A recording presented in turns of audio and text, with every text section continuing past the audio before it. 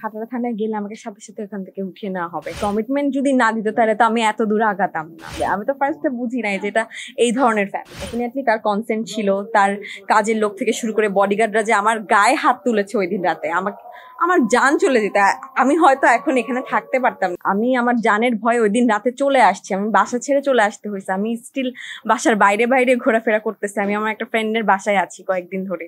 না, আমি এখন পর্যন্ত নেইনি, আমি নিব না, যেহেতু তারা বলেছে যে একটা সমঝোতার মধ্যে আসবে। আমি অপেক্ষা করছি। ডেফিনেটলি এটা একটা হুমকি ছিল, আমাকে ওই দিন রাতে হুমকি দেওয়া খুব জঘন্যভাবে। আমি তো মনে করেছি আমি মারা যাব। হ্যাঁ, ভাটারা থানায় আমি গিয়েছিলাম, কিন্তু তারা আমাকে বলেছে যে ভাটারা থানায় গেলে আমাকে সাথে সাথে এখান থেকে উঠিয়ে নেওয়া হবে। তো আমি ওই সাহস আর করি নাই ভাটারা থানার আশেপাশে যাওয়ার। আমি তো ভয়ে আমার বাসার অ্যাড্রেস দেইনি। আমাকে বলছে যে ওর বাসার অ্যাড্রেস দেখে আসবা, ওকে যেখানে নামাইবা। জিপং নামে যে লোকটাকে তারা বলছে যে আমাকে ড্রপ করে দিতে। সে খেয়াল করছে যে আমি কোথায় গিয়ে স্টপ হচ্ছি। ওইখানে গিয়ে ওই ফ্লোরে উঠে, ওইখানে আমার বান্ধবী থাকে তার ছেলেকে সহ, তাকে মানে যাই হোক হেনস্থা করছে কালকে, যেইটা করা উচিত হয়নি।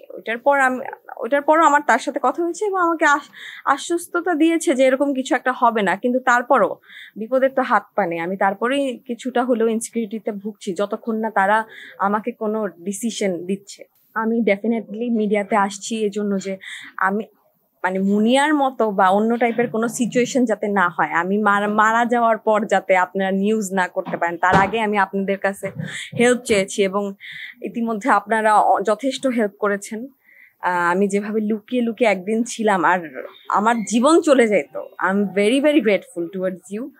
প্লাস হচ্ছে প্রেস ডাকার একটাই কারণ যে মানুষ যাতে জানে সব জায়গায়, কজ এটা তো শুধু লাইভে এসেছে, কোনো চ্যানেলে তো আসেনি। এরপর থেকে যাতে আমার একটাই ইচ্ছা যে আমি এটা ন্যায্য অধিকার পাই, আমাকে যাতে এই বিষয়টা যাতে পুরাটা লিগালাইজ করা হয়।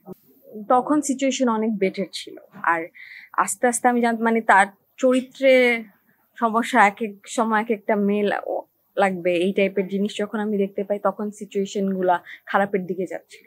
এই ব্যাপারগুলা আমি কিভাবে বুঝলাম, আমি ম্যাক্সিমাম টাইমে ভিডিও কলে কথা বলতাম। তো একদিন, 2 দিন, 3 দিন যখন ভিডিও কলে ধরা পড়লো, আস্তে আস্তে আমার সাথে খারাপ ব্যবহার, ওইখান থেকেই গায়ে হাত তোলা, একে একে 2 এই টাইপের হইতে থাকলো। দেন হচ্ছে সিচুয়েশন ওয়ার্সের খারাপের দিকে যাচ্ছিল। হ্যাঁ, ডেফিনেটলি কমিটমেন্ট যদি না দিত তাহলে তো আমি এত দূরে আগাতাম না। কমিটমেন্ট যদি না দিত তাহলে তো আমি এত সাহস পেতাম না। আমি যেহেতু প্রেগনেন্ট হয়ে গেছিলাম পরে, যে ঠিক আছে আমি এটা বিয়ে করবো বা সামনে সবকিছু ঠিকঠাক হয়ে যাবে, তুমি কাউকে জানাবা না বা জাস্ট কিপ ইট প্রাইভেট, যেটা বলে অ্যাকচুয়ালি মানুষজন, keep it secret so that or family জানতে না পারে। আমি তো এটা দেখি না এই ধরনের ফ্যামিলি। উনি তো লাস্টে এসে আমাকে বুঝাই দিল যে এইটা এই ধরনের ফ্যামিলি।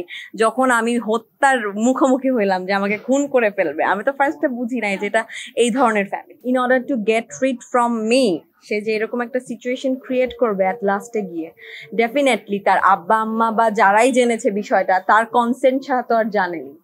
ডেফিনেটলি তার কনসেন্ট ছিল, তার কাজের লোক থেকে শুরু করে বডিগার্ডরা যে আমার গায়ে হাত তুলেছে ওই দিন রাতে, আমার জান চলে যেত। আমি হয়তো এখন এখানে থাকতে পারতাম না। আল্লাহর অশেষ রহমত আমি জীবিত আছি। এটা তার কনসেন্ট ছাড়া তো হয়।